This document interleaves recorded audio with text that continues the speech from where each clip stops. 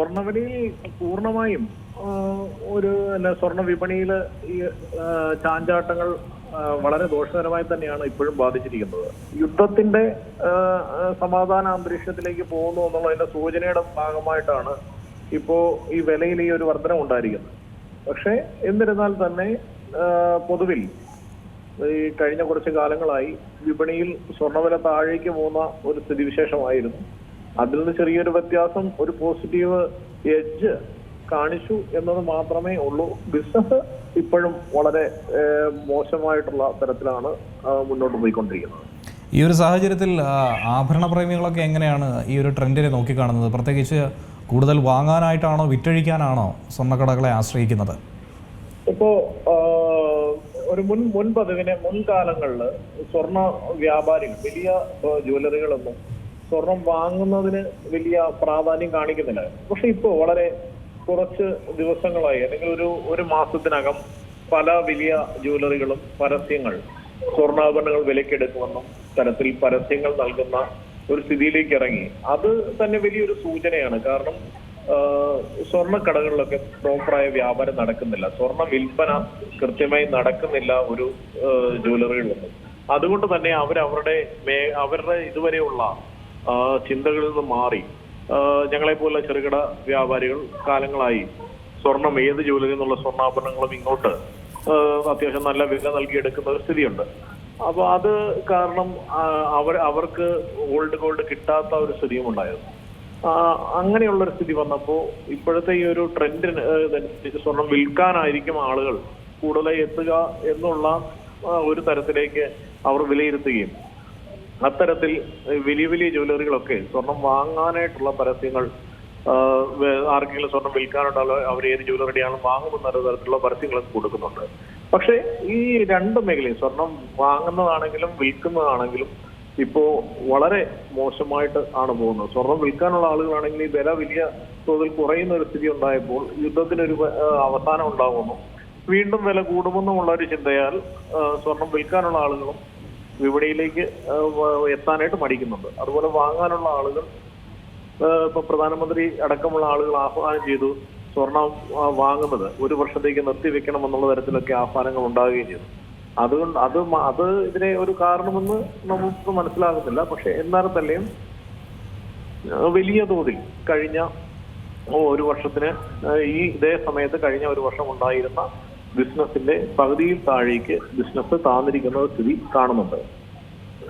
ഇപ്പോൾ നിലവിൽ പ്രധാനമന്ത്രി പറഞ്ഞതുപോലെ തന്നെ പശ്ചിമേഷ്യൻ സംഘർഷത്തെ തുടർന്ന് ആഗോള വിപണികൾ ഏറെ ബുദ്ധിമുട്ടിലൂടെ കടന്നു പോകുന്ന ഒരു സാഹചര്യത്തിൽ ഇന്ത്യയിൽ ഒരു വർഷത്തേക്കുള്ള ഈ ഒരു സ്വർണ്ണ വാങ്ങൽ ആ ഒരു പരിധി അതൊന്ന് കുറയ്ക്കുക എന്ന് മോദി ആഹ്വാനം ചെയ്തത് മാർക്കറ്റിൽ ഒന്നും തന്നെ ഒരു ആഘാതം സൃഷ്ടിച്ചിട്ടില്ല എന്ന് കൂടിയാണോ പറയുന്നത്?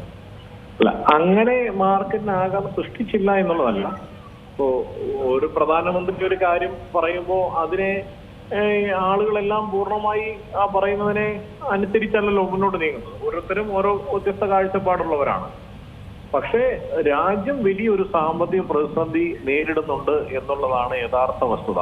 ആ വസ്തുത മറച്ചു വെച്ചുകൊണ്ടാണ് രാജ്യത്തിന് വലിയ വിലക്കയറ്റമുണ്ട്, രാജ്യത്തിന് വലിയ തോതിലുള്ള പ്രശ്നങ്ങൾ പലതരത്തിൽ സാധാരണക്കാരായിട്ടുള്ള ഇടത്തരക്കാരായിട്ടുള്ള ആളുകളെ ബാധിക്കുന്നുണ്ട്. ആ ബാധിക്കുന്നതിനെ അഡ്രസ് ചെയ്യാതെ ഒരു വർഷത്തേക്ക് ആളുകൾ സ്വർണം വാങ്ങരുത് എന്നുള്ള ഒരു പ്രസ്താവന ഇറക്കുമ്പോൾ അതിന്റെ ഒരു ആഫ്റ്റർ എഫക്ട് എന്താണ് എന്ന് മനസ്സിലാകുന്നില്ല. പക്ഷേ യഥാർത്ഥത്തിൽ രാജ്യം വലിയൊരു സാമ്പത്തിക മാന്ദ്യത്തിലൂടെ തന്നെയാണ് കടന്നു പോകുന്നത്. അത് കഴിഞ്ഞ ഒരു വർഷം അല്ലെങ്കിൽ അധികമായി വ്യാപാരികളൊക്കെ മനസ്സിലാക്കിയിട്ടുള്ളതാണ്.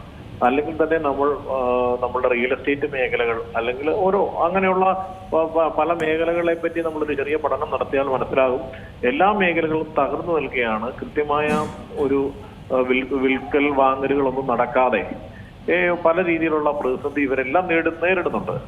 അതിനൊക്കെ അതിജീവിക്കത്തക്ക രീതിയിൽ ഒരു പാക്കേജുകളോ അല്ലെങ്കിൽ അതിന് ഉതകുന്നതായ ഒരു മാറ്റം കൊണ്ടുവരാനായിട്ടോ ഈ സർക്കാരുകൾക്ക് സാധിക്കുന്നില്ല എന്നുള്ളതാണ്.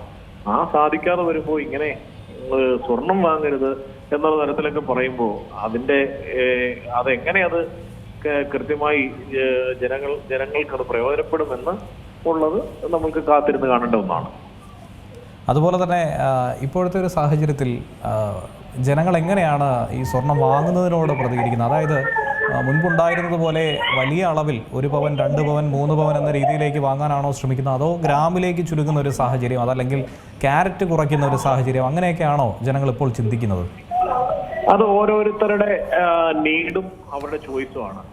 ആളുകൾ മുൻകാലങ്ങളിൽ, അതായത് മുൻകാലങ്ങളിൽ വലിയ തോതിൽ വലിയ തൂക്കത്തിൽ ആഭരണങ്ങൾ വാങ്ങിക്കൊണ്ടിരുന്ന ആളുകൾ ഇപ്പോഴത്തെ ജനറേഷൻ ചേഞ്ച് വലിയ രീതിയിൽ ആഭരണ വിപണിയെ ബാധിച്ചിട്ടുണ്ട്. പണ്ട് കാലത്ത് വലിയ വെയിറ്റുള്ള ആഭരണം ഉപയോഗിച്ചിരുന്ന ആളുകൾ ഇപ്പോഴത്തെ ജനറേഷൻ മാറിയും അവർ ചെറിയ ലൈറ്റ് വെയിറ്റ് ആയിട്ടുള്ള ആഭരണങ്ങളാണ് ഉപയോഗിക്കാൻ താല്പര്യപ്പെടുന്നത്. അതുപോലെ തന്നെ വില കൂടി വന്നപ്പോൾ ആളുകളുടെ സാമ്പത്തിക സ്ഥിതി, ആളുകളുടെ പർച്ചേസിംഗ് പവർ കുറഞ്ഞു. ഇതൊക്കെ മൂലം പൊലിമയുള്ളതും വെയിറ്റ് കുറഞ്ഞതുമായിട്ടുള്ള ആഭരണങ്ങൾ സാധാരണക്കാരായിട്ടുള്ള ആളുകളും ഒക്കെ അതിലേക്കൊക്കെ തിരിഞ്ഞിരിക്കുകയാണ്. പിന്നെ ആളുകൾ ഉപയോഗിക്കുന്ന വളരെ ലൈറ്റ് വെയിറ്റ് ആയിട്ടുള്ള മാലകൾ. ഇപ്പോഴത്തെ നമ്മളെ ന്യൂ ജനറേഷൻ ഒരു 12, 15 അല്ലെങ്കിൽ 20 വയസ്സുള്ള കുട്ടികളൊക്കെ ഒരു ചെറിയ നേരത്തെ ഒരു മാല ഒക്കെ മാത്രം ഉപയോഗിക്കുന്ന തരത്തിലേക്കാണ്. അത് തന്നെ ഇടാനായിട്ട് ഉപയോഗിക്കാത്ത ആളുകളുമുണ്ട്. ഇത് സാമ്പത്തികത്തിന്റെ ഒരു കുഴപ്പമല്ല. സാമ്പത്തികം ഉണ്ടെങ്കിലും ഇല്ലെങ്കിലും അത് ആ തരത്തിലൊരു മൈൻഡ് സെറ്റിൽ നിന്ന് മാറി ചിന്തിക്കുന്ന ഒരു തലമുറയാണ് നമ്മൾ കാണുന്നത്. അതുകൊണ്ട് ഇപ്പോഴത്തെ ഈ ഒരു കാലഘട്ടത്തിൽ വെയിറ്റ് കുറഞ്ഞ ആഭരണങ്ങൾക്ക് തന്നെയാണ് പ്രിയമുള്ളത്. വെയിറ്റ് കൂടിയ ആഭരണങ്ങൾ വാങ്ങുന്ന അതിന്റെ മുൻകാലങ്ങളെ അപേക്ഷിച്ച് വലിയ ഗണ്യമായ കുറവുണ്ട്. അതിപ്പോ ഈ 1 മാസം കൊണ്ടൊന്നും ഉണ്ടായിരിക്കുന്നതല്ല.